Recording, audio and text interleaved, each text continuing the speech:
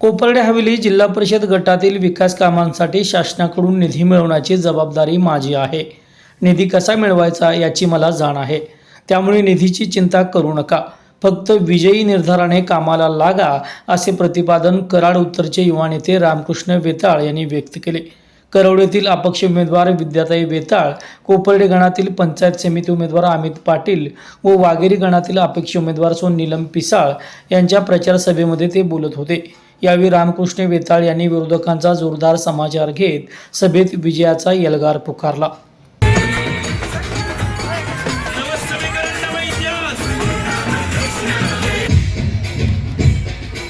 अडचणीच्या काळात उभी राहणारी पाण्यासारखी माणसं. जय भवानी, जय भवानी.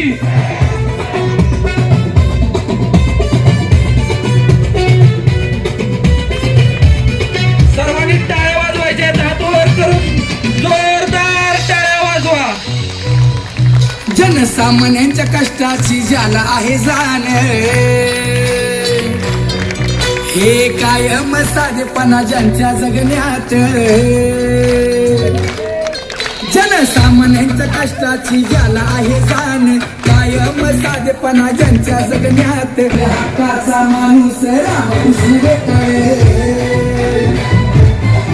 आपल्या हक्काचा माणूस रामकृष्ण वेताळ.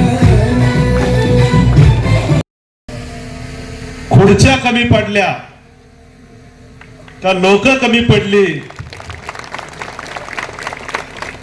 की आता कराड उत्तरची जनता, या कोपर्डे जिल्हा परिषद गटाची जनता 9 तारखेला आपल्या सगळ्यांच्या समोर दाखवे. इकडे बघितलं तर इकडे किती कार्यकर्ते उभे आहेत बघा. या बाजूला इकडे कार्यकर्ते उभे आहेत बघा. असा अखंड जनसागर या कोपर्डे जिल्हा परिषद गटाचा विजय करण्यासाठी या ठिकाणी आपण सर्वजण उपस्थित आहे. खर तर हा कराड उत्तर विधानसभा मतदारसंघ हा स्वर्गीय यशवंतराव चव्हाण साहेबांच्या नेतृत्वामध्ये घडलेला हा विधानसभा मतदारसंघ आहे. महाराष्ट्राच्या राजकारणामध्ये एक सुसंस्कृत नेतृत्व, महाराष्ट्राची जडणघडण करणारे एक नेतृत्व, ज्यांनी महाराष्ट्राचे पहिले मुख्यमंत्री म्हणून या महाराष्ट्राला दिशा दिली, ते यशवंतराव चव्हाण साहेब या कराड उत्तरच्या मतदारसंघामधून विधानसभेचं नेतृत्व करत होते. जिल्हा परिषद पंचायत समितीच्या निवडणुका लागल्यावरती खऱ्या अर्थानं काही लोकांच्या पायाखालची वाळू सरकल्यामुळं अनेक कार्यकर्त्यांना दमदाटीची भाषा केली जाते. परंतु कराड उत्तर विधानसभा मतदारसंघ हा कराड तालुका हा सुसंस्कृत आणि स्वाभिमानी तालुका आहे. या तालुक्यानं कधीही कुणाच्या दमाला आणि दमदाटीला कधीही थारा दिलेला नाही. मी आपल्या सगळ्यांना विश्वास देतो, तुमचा हा भाऊ तुमच्यासाठी रात्रंदिवस ढाल होण्यासाठी तयार आहे. इथल्या कार्यकर्त्यांना घाबरण्याची गरज नाही. भविष्यामध्ये स्वर्गीय यशवंतराव चव्हाण साहेबांचा विचार घेऊन या तालुक्याचा विकास करण्यासाठी, या भागाचा विकास करण्यासाठी आपण सगळ्यांनी एकमेकांनी हातात हात घालून या तालुक्यामध्ये परिवर्तन करण्याची दिशा घेऊन आपण सगळेजण पुढे जायचं आहे.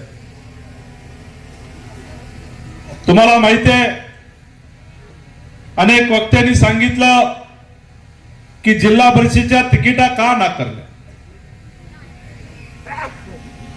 ज्यांना माझ्या समोर प्रवेश दिला,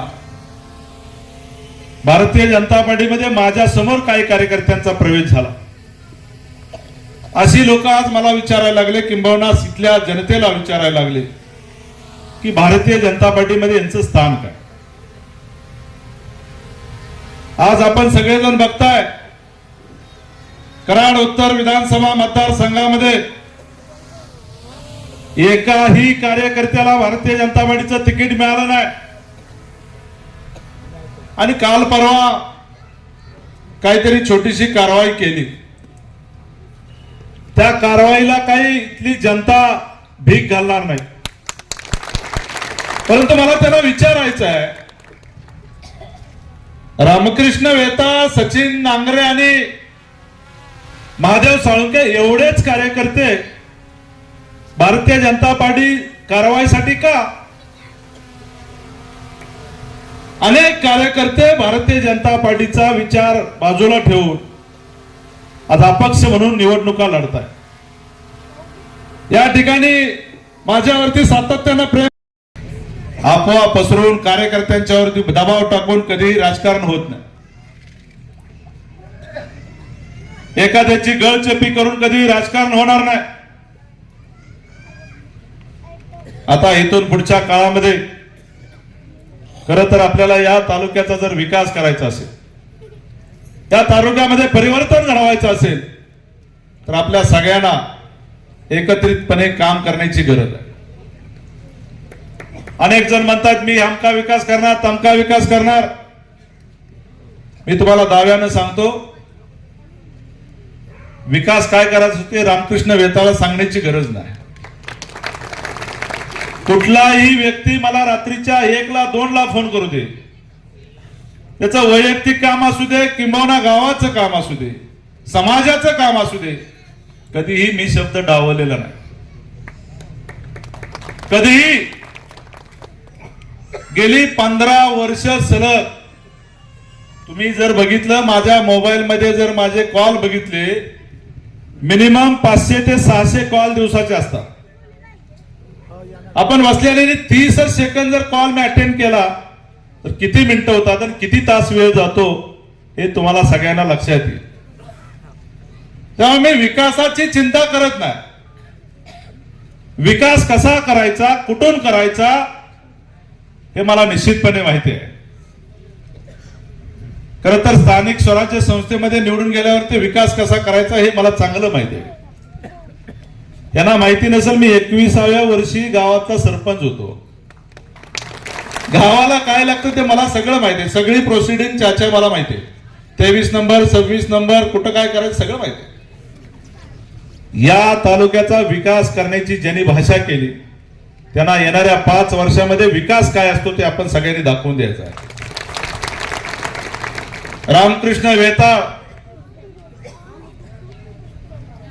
रात्रंदिवस तुमच्यासाठी मेहनत करेल. कराड तालुका हा महाराष्ट्रामध्ये यशस्वी निर्माण करण्यासाठी प्रयत्न करेल. तुम्हाला माझी विनंती आहे, या ठिकाणी आपले तिन्ही उमेदवार चांगले, तिन्हीच्या तिन्ही उमेदवार हे सुशिक्षित उमेदवार आहेत, सामान्य कुटुंबातले उमेदवार आहेत. हे उमेदवार समाजाची सेवा करण्यासाठी भुकेलेले आहेत, समाजाचं काम करण्यासाठी भुकेलेले आहेत. असे उमेदवार घेऊन आपण या जिल्हा परिषद गटामध्ये जी काय अडचण असेल, कुठलंही काम आपण सांगा, ते निश्चितपणे पूर्ण करण्यासाठी आम्ही सगळेजण कटिबद्ध असू.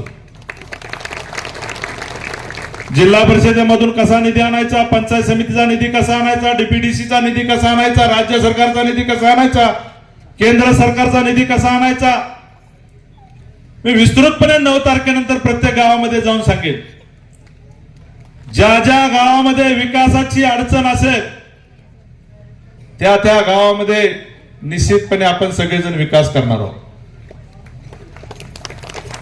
मी तरी धार्मिक, सांस्कृतिक, आध्यात्मिक सगळ्या गोष्टीमध्ये मदत करत असतो. कुठलाही व्यक्ती आला त्याला मी कधी मदत केली नाही असं कधीच होणार नाही. परंतु गावामध्ये लागणाऱ्या ज्या गरजेच्या गोष्टी आहेत त्या पूर्ण करण्यासाठी मी निश्चितपणे या जिल्हा परिषदेच्या माध्यमातून, या पंचायत समितीच्या माध्यमातून या जिल्हा परिषद गटाचा चेहरा मारा बदलून टाकेन. मला माहिती आहे कुठं रस्त्याची गरज आहे, कारण प्रत्येक गावामध्ये महिन्याला 20-20 वेळा मी जातोय, 8-8, 10-10 वेळा जातोय. कुठं पाण्याची अडचण आहे, कुठं गटरची अडचण आहे. युवकांना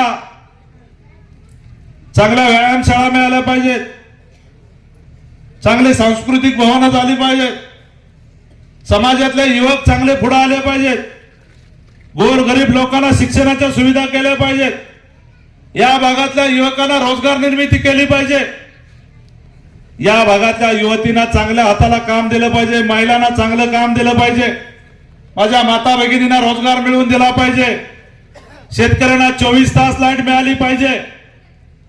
मागाशी संजयभाऊंनी सांगितलं तुम्हाला रात्रीची लाईट आहे, संजयभाऊ 30 तारखेच्या आत या भागातलं एकही गाव राहणार नाही, 24 तास लाईट मिळेल. या कराड तालुक्याला दिशा देण्यासाठी आपण सगळ्यांनी एकत्रितपणे काम करायचं. कुणीतरी बाहेरून येऊन या कराड तालुक्याचा स्वाभिमान दुखवण्याचं काम करतंय. याला आपल्याला या वेळेला जागा दाखवण्याची वेळ आलेली आहे.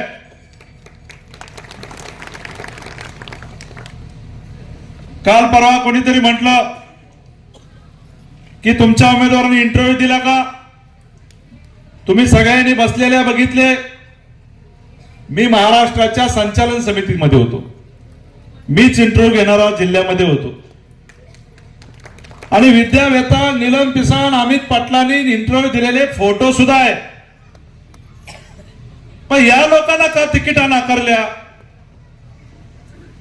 ज्यांना या पंचायत समिती गणामध्ये तिकीट दिले ते कुठे आले होते इंटरव्ह्यू द्यायला? त्यांचा सर्वे कुणी केला?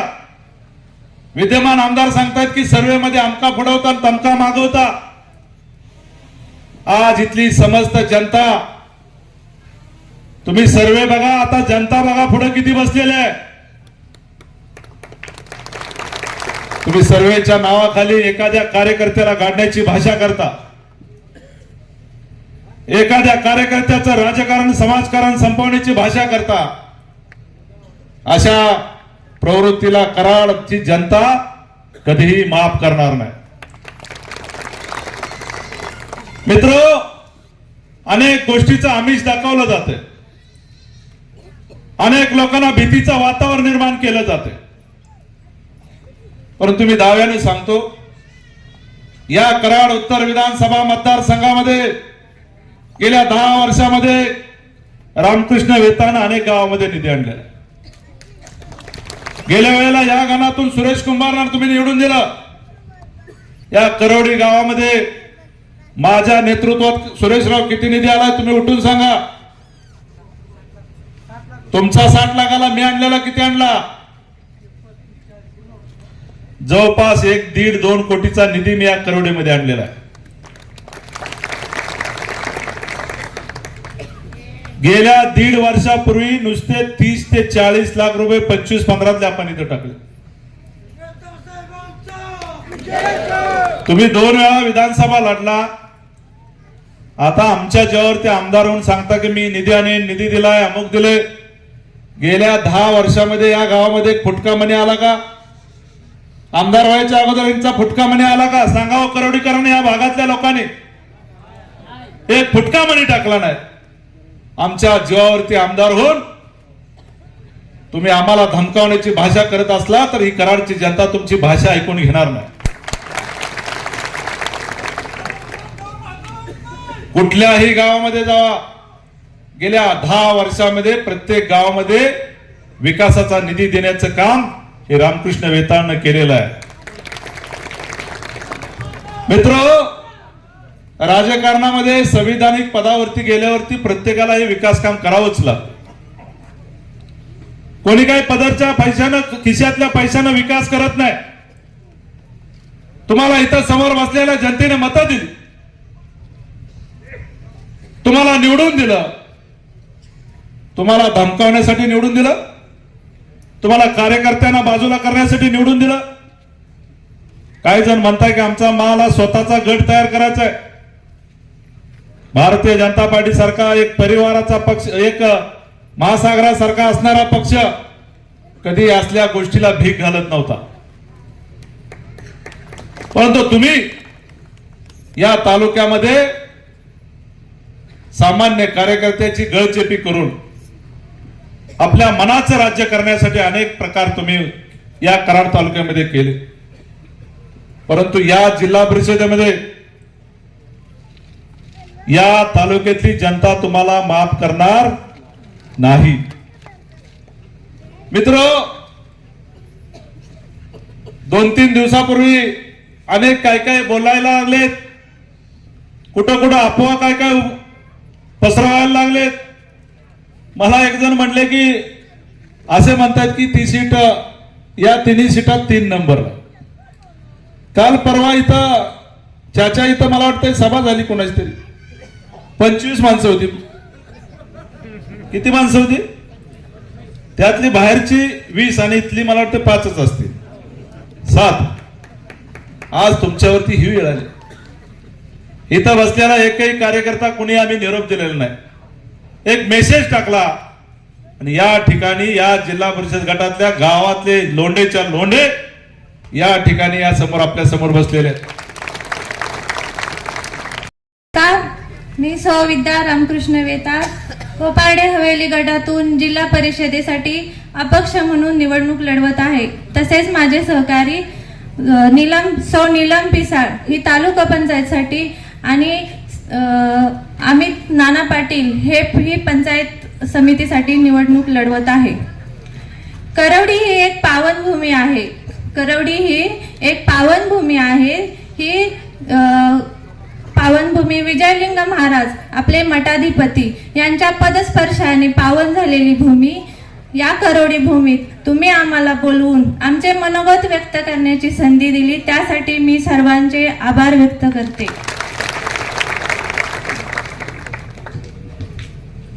इतिहासाच्या पानावर रयतेच्या मनावर मातीच्या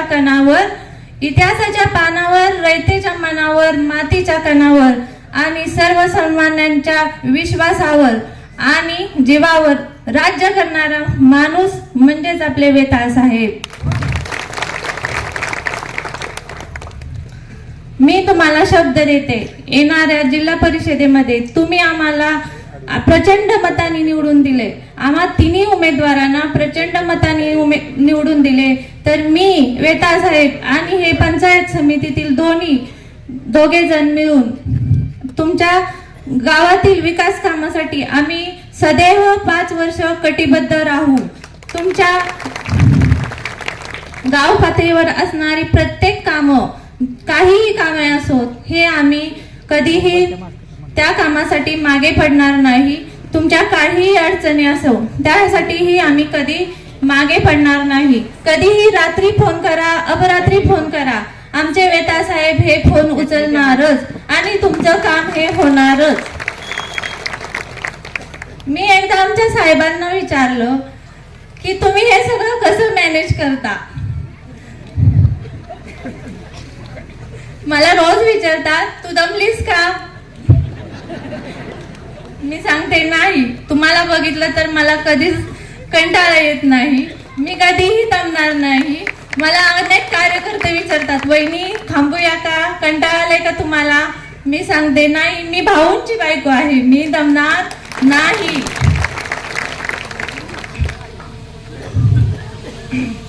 मी एकदा विचारलं साहेबांना, तुम्ही हे सगळं कसं मॅनेज करता, एवढी लोकांना कशी मदत करता? साहेब म्हटले, अगं विहिरीतला गाळ काढल्याशिवाय त्यात पाणी कुठून येईल? जर आपल्याला सर्वसामान्यांच्या गरजाच भागवता येत नसतील तर आपल्याला माणूस म्हणून घेण्याचा काय अर्थ आहे? साहेब कुठल्याही पदावर नसताना जर एवढी मदत करतात तर पद आल्यानंतर साहेब काय करतील, आपल्या गावाचा किती विकास करतील हे तुम्ही सर्वांनी जाणून घ्या. तसेच मी सर्व उत्तर कोपारडे गटातील मतदारांना आणि माझ्या बंधू भगिनींना सांगते, येणाऱ्या 7 तारखेला सौ विद्या रामकृष्ण वेताळ कबशी चिन्ह अनुक्रमांक 3, नीलम हिंदूराव पिसाळ यांचे चिन्ह नारळ त्यांचाही अनुक्रमांक 3 आणि अमित नाना पाटील यांचाही अनुक्रमांक 4 या सर्वांना प्रचंड मताधिकाऱ्यांनी निवडून द्या आणि 9 तारखेचा विजयाचा गुलाल आपल्यालाच मिळाला पाहिजे एवढी सगळ्यांना इच्छा व्यक्त करते. आणि थांबते. जय हिंद, जय महाराष्ट्र.